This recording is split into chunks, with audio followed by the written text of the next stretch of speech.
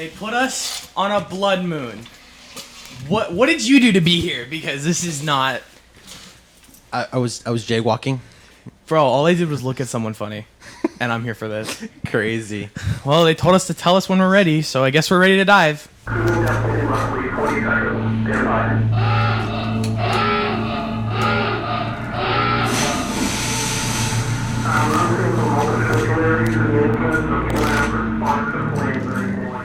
Flames?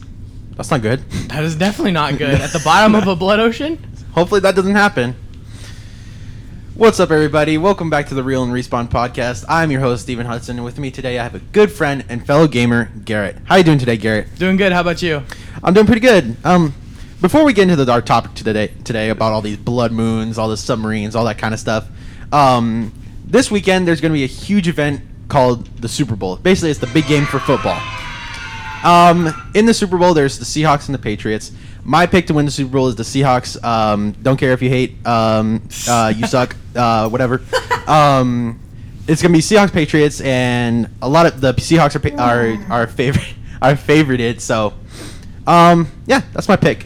I personally don't have any picks, but I trust you more with sports, so I'm gonna stick with you. Pick the Seahawks. Yeah, I'm gonna stick with you. I'm gonna stick with you. Alrighty, now let's get down to business. Ooh, fun topic for today, especially because this topic is fresh in our minds. Today we're going to be talking about a brand new indie game, or not brand new, but I mean it came out with brand new movie. Yeah, resurfacing indie game called The Iron Lung. Ooh, Iron Lung has so much juicy lore. Yeah. It is such a fun story, and it's such a short game that it feels like it was robbed. I feel like we've been doing so many indie games lately. You think we got Poppy Playtime, now Iron Lung? There's so many indie games you can do that are just... I know. There's indie always does better than AAA. I'll always stand by that. Yeah. Okay, before we do anything about like lore or something like that, we need to talk about atmosphere. Oh, yeah. We need to talk about the game's atmosphere before we get into anything. If we can pull up a picture of the game sub, because holy nail. No, listen. There's not a game where you can feel a sense of dread just being there. That without being able to see anything. invoke that emotion so cleverly without anything happening. Yeah, that, and it's so like you don't really know exactly where you are. You're given a map and a dream, basically. That's basically it. You can't see anything in front of you. All you have is a little what is it? It's like coordinates. Yeah. And you follow those coordinates to certain spots, and then you take pictures of things that, is it the government? They want us to like. Is it kind of the government?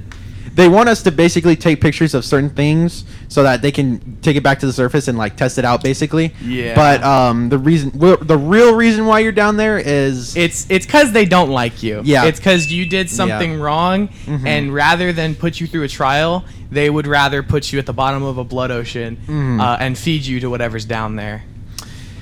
Also, there was a other than atmosphere, I think I also want to talk about the game mechanics where you have to take a picture of the things that you need to basically take samples of.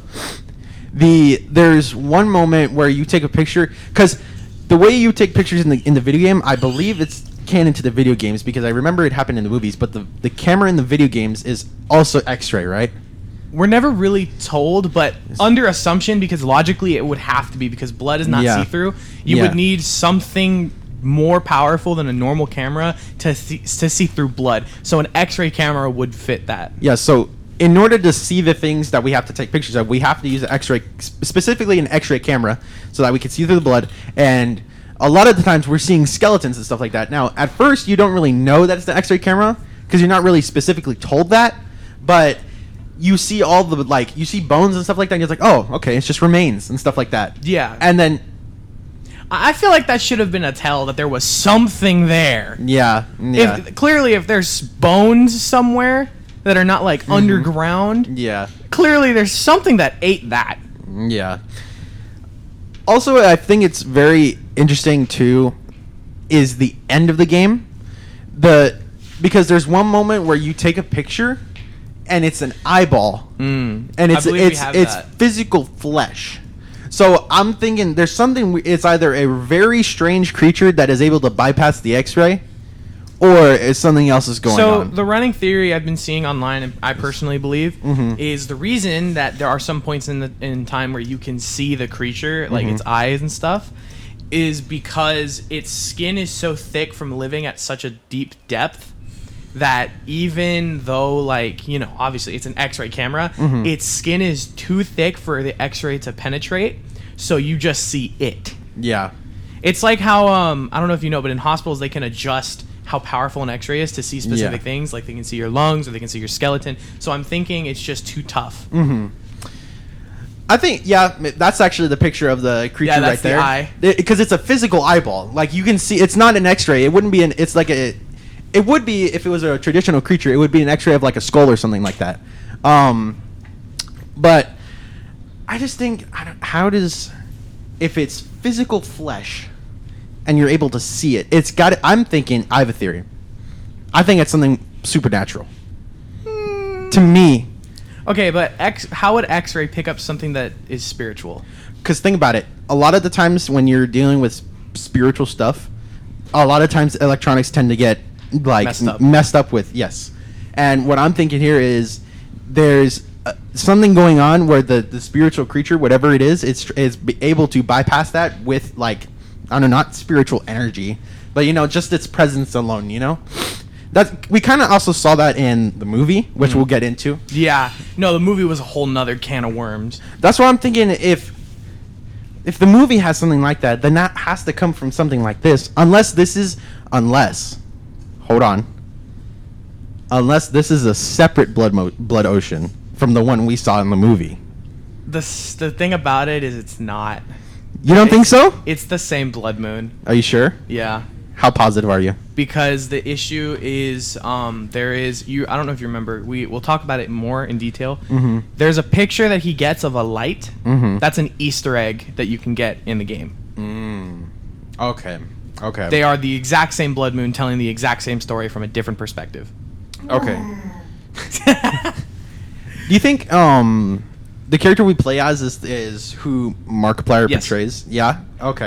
What I want to do though is when I said, you know, that they're executing you basically. Yeah. I want to read the note that you get in the beginning. I don't know if we have a picture of the note, but I want to read the note that you get at the beginning of the game that tells you why you're there. Yeah. The note says, "This is not an expedition. It is an execution. When they put you in here, they don't want you to return. And even if you do, and even if they keep their promises, what freedom waits for you? A few dying ships in a sea of dead stars.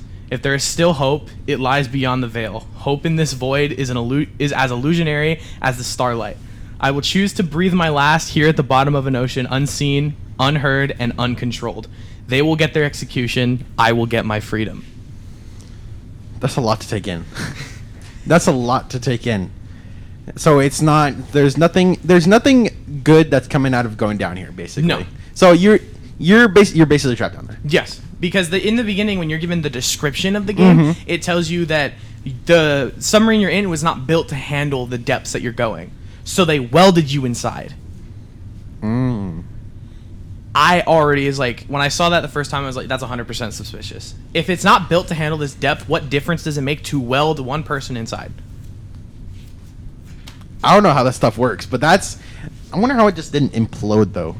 You know, just like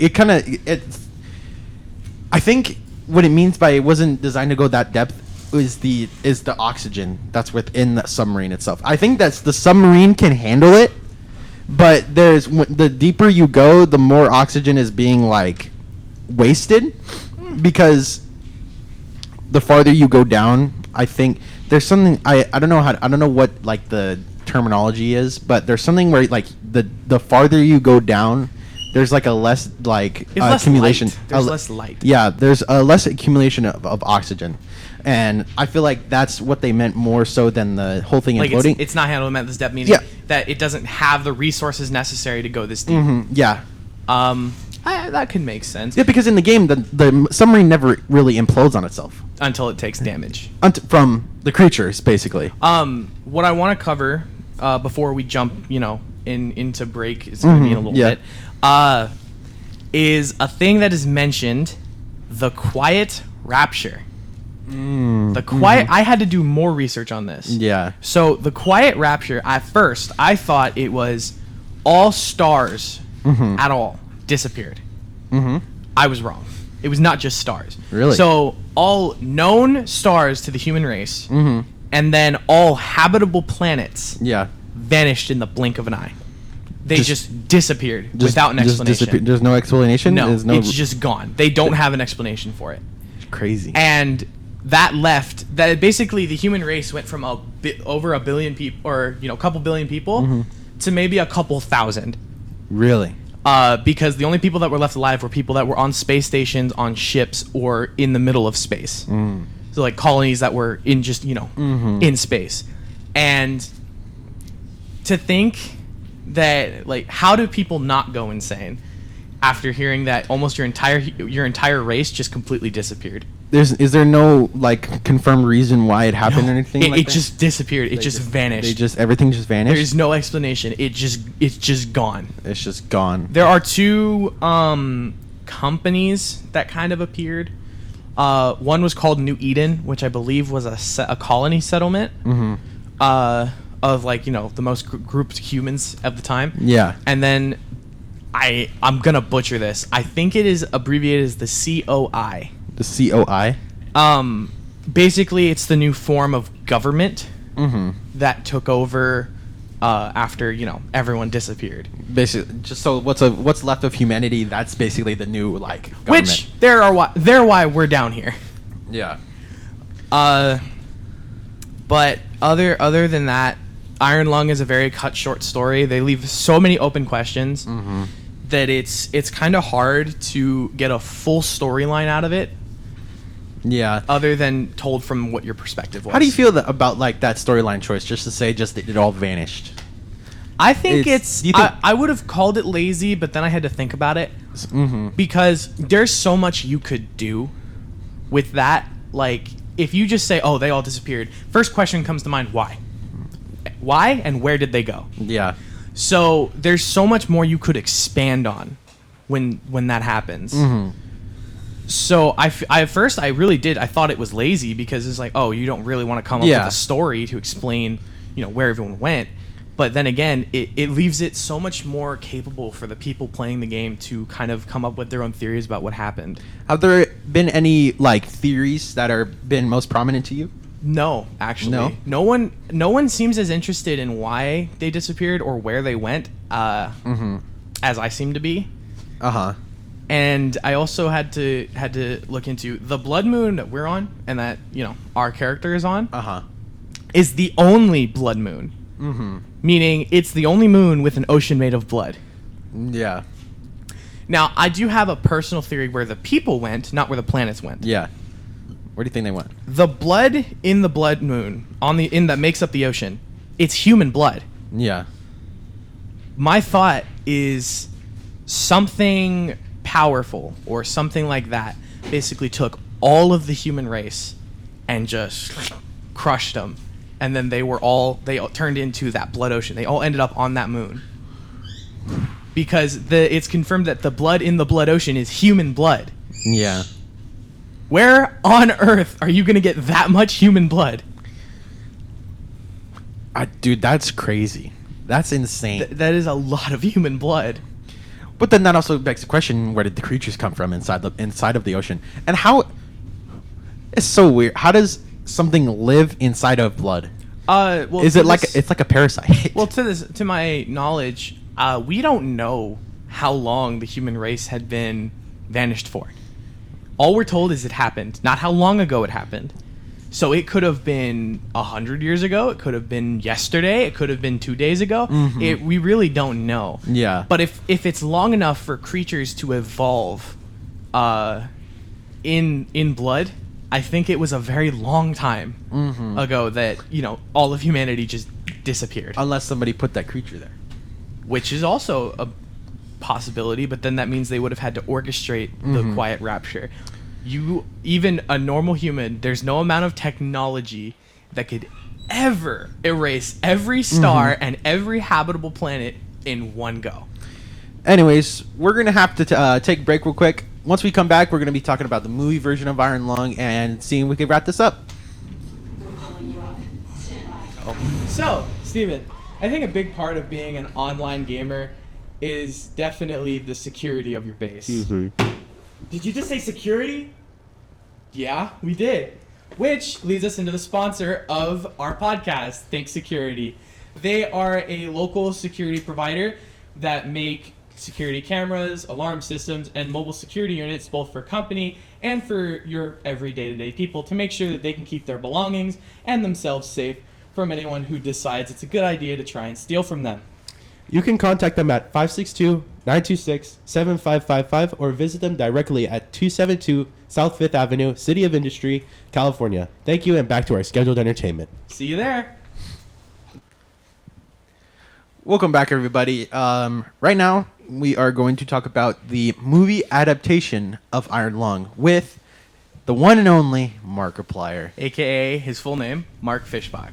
Mark Edward Fishbach. Mark Edward Fishbach, my bad. There you go. I cannot believe how he made this movie. It's phenomenal. Yeah. Like the budget he had, the amount of money he made back, who he had in it. Look at the picture. Look at the Big brain. Yeah, but Markiplier, definitely prominent figure online. Yes. What is there to say about him? Like, I think it's very interesting that, well, not really interesting, but it's very like noticeable that he took a big liking to this concept. yeah, That he wanted to make it a movie. Now, I don't know if he said why. Do you know if he said why before? So, I've been seeing clips and I've been running through some old stuff. So he had made A Thief with Markiplier. Yeah. And then he had made Markiplier in Space. Mm-hmm. Those two were very movie-esque. They Yeah. told a very complex story. Well, they were like interactive films. Yeah. Yeah. I would think, because he said at one point that he has a desire to make these, make these movies, make these Yeah. little interactive stuff, and he's going to keep doing it. He actively said that this is not the best I can do. Yeah. Yeah. I'm a long way before you see the best I can do, and I'm really excited to see the best he can do. Imagine Markiplier in a Poppy Playtime movie. He's the main character. Oh, That'd be sick. awesome. But Mark, I mean, he didn't really. I don't think he had a reason to choose this specifically. Yeah, obviously he liked the concept. Otherwise, Yeah. he wouldn't have made a movie on it. Yeah. But I'm thinking he needed a simple concept to kind of push a movie. Yes. Yeah. Because a lot of other games, they've been running for so long that their stories got really complex. And to put all of that in one movie is not possible. FNAF proved that. I also want to talk about it's like his own vision for this movie. Yeah. What he had in store for us was I thought it was almost like non-comparable to the video game, in a sense that it was the story. Not that the story was different, but there were so many more aspects that It felt made, tangible. It felt real. Does that make sense? It was easier to wrap our head around. Yeah. It gave us more context. I think that is closer. And now that we are actually have a main character to follow and actually see like emotions and stuff like that, it made it more tangible to understand, like how like bad the scenario, like the situation he's in. I also wanted to get into the set design. If we could pull up the movie version of the submarine. If you can't, the video game is fine. Yeah. There it is. It is perfect. It's almost 1-to-1. It feels 1-to-1. Yeah. But there are some minor differences. The one difference I noticed is the oxygen. In the game, the oxygen stays one light. It's one light that moves down four slots. In the movie, it's 4 full lights that turn off when oxygen falls. Yeah. I think that one is cool. That makes more sense. And then there's also the control difference. Yeah. The controls worked. They looked like they actually made sense. You know, you got like a rotate thing for the left and right. Yeah. You have back and forth. That made more sense. Okay. Now, we need to get into the camera within the movie. The camera, the X-ray camera that takes pictures of the monster. Within the blood. It's funny. Okay, now in the movie, the X-ray camera. Heavy spoilers. Yes, spoiler. If you haven't watched the movie, don't watch this right now. Major spoiler. The X-ray camera in the movie is way more in use than it is in the video game. Yeah. It comes into play with a heavier like plot. What is it, like a plot choice? Yeah, it's used for lighting. Mm-hmm. It's used for like suspense, and then it's just used for him to see what's outside. It served much bigger purposes than the other one. So this was crazy because the light was used as a suspenseful way to reveal that the monster he was taking pictures of, he thought it was just remains of bones, ended up being bones that were part of a creature that was alive. And this idiot rammed it. He rammed it. I think actually it broke. He broke one of its Two of its teeth. Yeah, he broke two of its teeth and drilled a hole through its jaw. Yeah, I'd have been pissed. Yeah, that was crazy. Now we have to get in the monster design. But if we could pull up a picture of the monster, I know we have it. Dude, it is a far cry from the games. Yeah, no, in the games, I felt like the monsters that is straight up just from my nightmares. That thing comes from hell, without doubt. Yeah. For any, I can't remember what it's called. I was gonna say for any Warhammer fans, I believe it's called. I was gonna say the Void, but I think that's wrong. There's basically a nightmare realm. It's if an anglerfish crawled out of that. That thing, it belongs down there. The difference between the movie and the video games is that the video games creatures look like they could be sea creatures.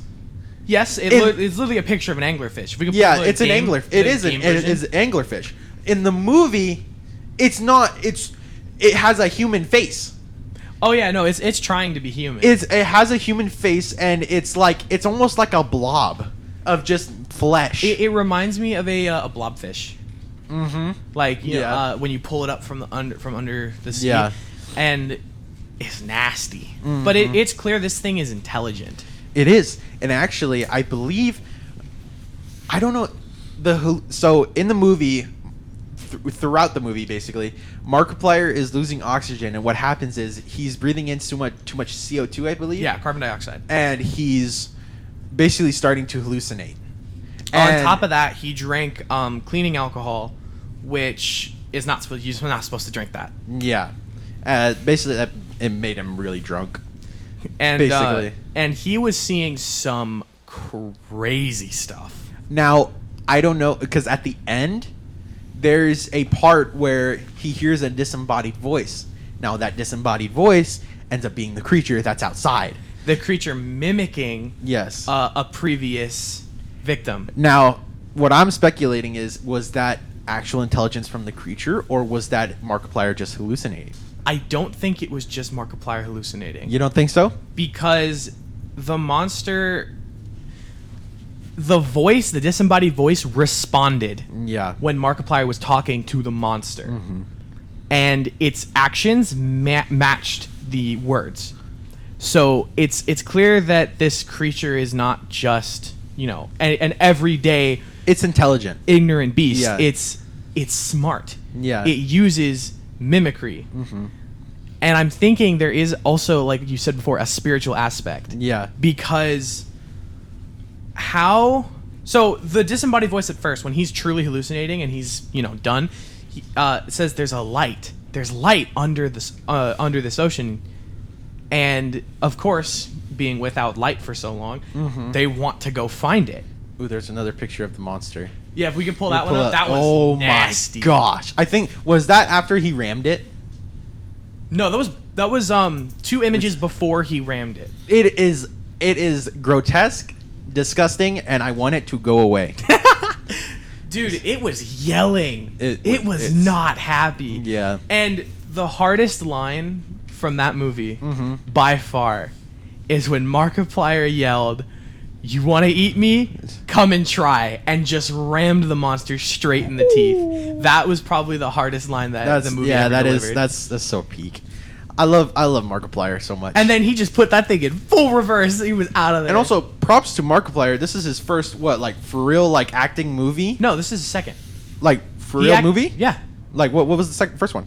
Okay, I know he was in another movie, but I know this was his second. This was his first personally directed movie. Mm-hmm.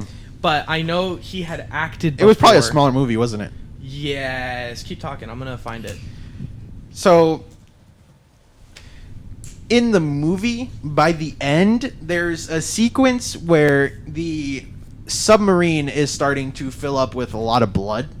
Now, there's a lot of speculation that is this Markiplier just seeing things, or is it an actual problem with the submarine? Because this is the time when the creature's speaking and it's yelling, and they're yelling at each other. They're basically arguing with each other, and what happens is the blood within the submarine, it basically starts to turn into this coral, almost it's getting congealed. And what happens is that blood lands on him, and it starts making him turn into what the creature is. And that was very, very weird and just very strange to take in, because it seems like the creature's motives was to make him one of his own kind of thing, or make him a part of him, because at the end there was a moment where he started growing like teeth. He started looking fleshly, like the creature that's outside. Oh yeah, and if you notice in one of the pictures, I don't know if we'll pull it up because we're very limited in terms of pictures from the movie. Yeah. There is a corpse in the blood ocean that's covered in the same stuff that he starts to get covered in the end. Mm-hmm. And I don't know what that is. Now, our friend had a great theory. So we know it's an X-ray machine that releases radiation. Mm-hmm. Markiplier Simon asks, if it releases radiation, am I safe from it? Mm-hmm. And they said, yeah, it's not the submarine's too strong for it to penetrate. I think they're lying. Think so? The burns that he gets on his arm, right? And blood heating up, that comes from radiation. Radiation gets very hot very fast. Uh-huh. I'm thinking the more he used that camera, the stronger the radiation got, and the more it leaked into the submarine. So that's why the blood around him started heating up. So, because I think he was at the very bottom of the blood ocean, right? That's at the bottom of the blood ocean. He said there was a bunch of congealed blood. You know what that means, right? Yeah, it's it's pretty much kind of like a mass. It's solid. Yeah. And what happens is, the more he uses the camera, there's blood seeping inside that's not solid. It's all very liquidy. As when he's underneath the submarine, not the lower level, not actually underneath the submarine. Yeah, he opens a hatch and crawls through. It's almost like water. And that doesn't just happen out of nowhere. There's something that's turning the congealed blood at the bottom of the ocean into liquid again. And maybe that's the heat from the X-ray, or the radiation from the X-ray. Because I said it's radiation that causes blood to heat up, right? It can heat blood up. It can cause blood to heat up. Yeah. You can basically get boiled from the inside. Yeah. And that's also the scene where he said it's getting really hot in here. He had to take off everything, and then he started looking for supplies and stuff like that. Also, this is a bit of a, I'm gonna keep it PG-13 with you. Yeah. I guess I can't talk. I will say it maybe another day. Yeah, definitely another day. Alrighty. Thank you guys so much for watching. Make sure to check out my Twitch at I_am_EldenLord. And you can check me out on Twitch at Dungeon2Breaker. I'm going to try and stream every Tuesday, Thursday, and Sunday. And we'll hope to catch you next week, and we'll see you later. Peace out. Adios.